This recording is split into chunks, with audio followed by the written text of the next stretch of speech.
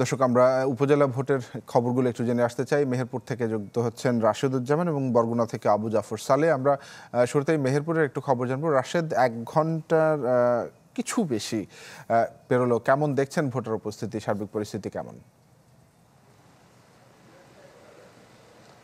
তানভীর, দ্বিতীয় দফায় যে উপজেলা নির্বাচন, সেই নির্বাচনে মেহেরপুর গাংনী উপজেলার ভোট গ্রহণ অনুষ্ঠিত হয়েছে এবং সকাল 8টা থেকে আমরা যেটি দেখেছি যে ভোট গ্রহণের সকল প্রস্তুতি সম্পন্ন করেছে। ইতিমধ্যে যারা এজেন্ট রয়েছে তারা কিন্তু কেন্দ্রে কেন্দ্রে উপস্থিত রয়েছেন এবং সকাল 8টায় ভোট গ্রহণ শুরু হয়েছে। তো আমি কিছুক্ষণ আগে একটি কেন্দ্র পরিদর্শন করছি। সেই কেন্দ্রে আমি এখন পর্যন্ত 1 ঘন্টায় মাত্র একটি ভোট পড়েছে। তার পাশের আরেকটি কেন্দ্রে আমি একটি অবস্থান করছি এবং এই কেন্দ্রে একটি বুথে 5টি ভোট এখানে পোল হয়েছে, বাদ বাকি আরও কয়েকটি বুথে কয়েকটি ভোট পোল হয়েছে। তো এই মিলে আমরা এখন যেটা দেখছি যে একবারে ভোটার শূন্য পুরো কয়েকটা কেন্দ্র ঘুরে দেখেছি, প্রত্যেকটা কেন্দ্রেরই একই অবস্থা, পুরো ভোটার শূন্য অবস্থান করছেন এবং মাঝে মাঝে 2-1 জন ভোটার আসছেন এবং তাদের ভোটাধিকারটা প্রয়োগ করছেন।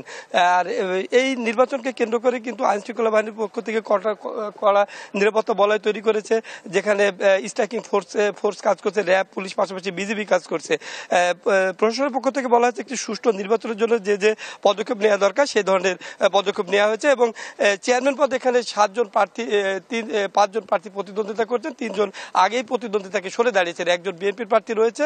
তো মূল প্রতিদ্বন্দ্বিতা আওয়ামী লীগের প্রার্থীদের মধ্যে হবে বলে ভোটাররা জানিয়েছে। তো এই ছিল নির্বাচনের সর্বশেষ পরিস্থিতি। তানভীর। জি রাশেদ, ধন্যবাদ। আমরা একটু বরগুনার খবর জানবো। আবু জাফর সালে, নিশ্চয়ই আপনি শুনতে পাচ্ছেন, সার্বিক পরিস্থিতিটি জানতে চাই, ভোটার উপস্থিতি কেমন? তানভীর, আমি এই মুহূর্তে আছি বরগুনা জেলা স্কুল কেন্দ্রে।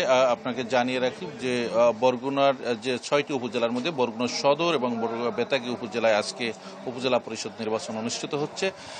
এই বরগুনা সদর উপজেলায় 4 জন আওয়ামী লীগ সমর্থিত চেয়ারম্যান প্রার্থী ছিল, যদিও একজন প্রার্থী অন্য এক প্রার্থীকে সমর্থন করেছে, যার কারণে 3 জন আওয়ামী লীগ সমর্থিত এবং 1 জন বিএনপি সমর্থিত প্রার্থী রয়েছে, সাবেক বিএনপি নেতা। তো আর আপনি যে বিষয়টি বলেছিলেন যে আসলে ভোটার উপস্থিতি, আমি যদি আপনাকে একটু বলি যে এই কেন্দ্রে 2202 জন পুরুষ ভোটার এবং 2574 নারী ভোটার রয়েছে। তবে আমি সকাল থেকেই আসলে এখানে এসে যে বিষয়টি দেখেছি যে আসলে এরকম ভোটারদের যে লাইন বা একত্রে বা 5 জন 10 জন ভোটার উপস্থিতি, সেই রকমটি নেই। 1 জন 2 জন আসছেন, ভোট দিয়ে যাচ্ছেন। তবে ভোটারদের সেরকম আসলে এখন পর্যন্ত যে বিষয়টি আমাদের চোখে পড়েছে যে এখন পর্যন্ত আসলে সেরকম যে উৎসাহ উদ্দীপনার মধ্য থেকে যে আসলে ভোট প্রদান করা বা ভোটার উপস্থিতি, সেইটি আসলে লক্ষ্য করা যায়নি। আর যে বিষয়টি হচ্ছে, হয়তো বা বেলা বাড়ার সাথে সাথে হয়তো ভোটার উপস্থিতি যদি বাড়ে বা সেইটি হয়তো দেখা যাবে।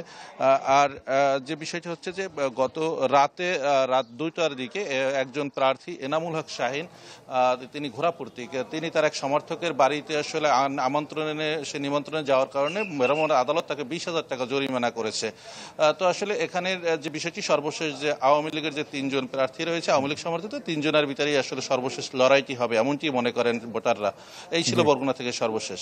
আবু জাফর সালে, ধন্যবাদ আপনাকে আমাদের সঙ্গে যুক্ত হওয়ার জন্য। দর্শক, আমাদের 2 জন সহকর্মী বরগুনা এবং মেহেরপুর থেকে জানাচ্ছিলেন উপজেলা নির্বাচনের সবশেষ খবর।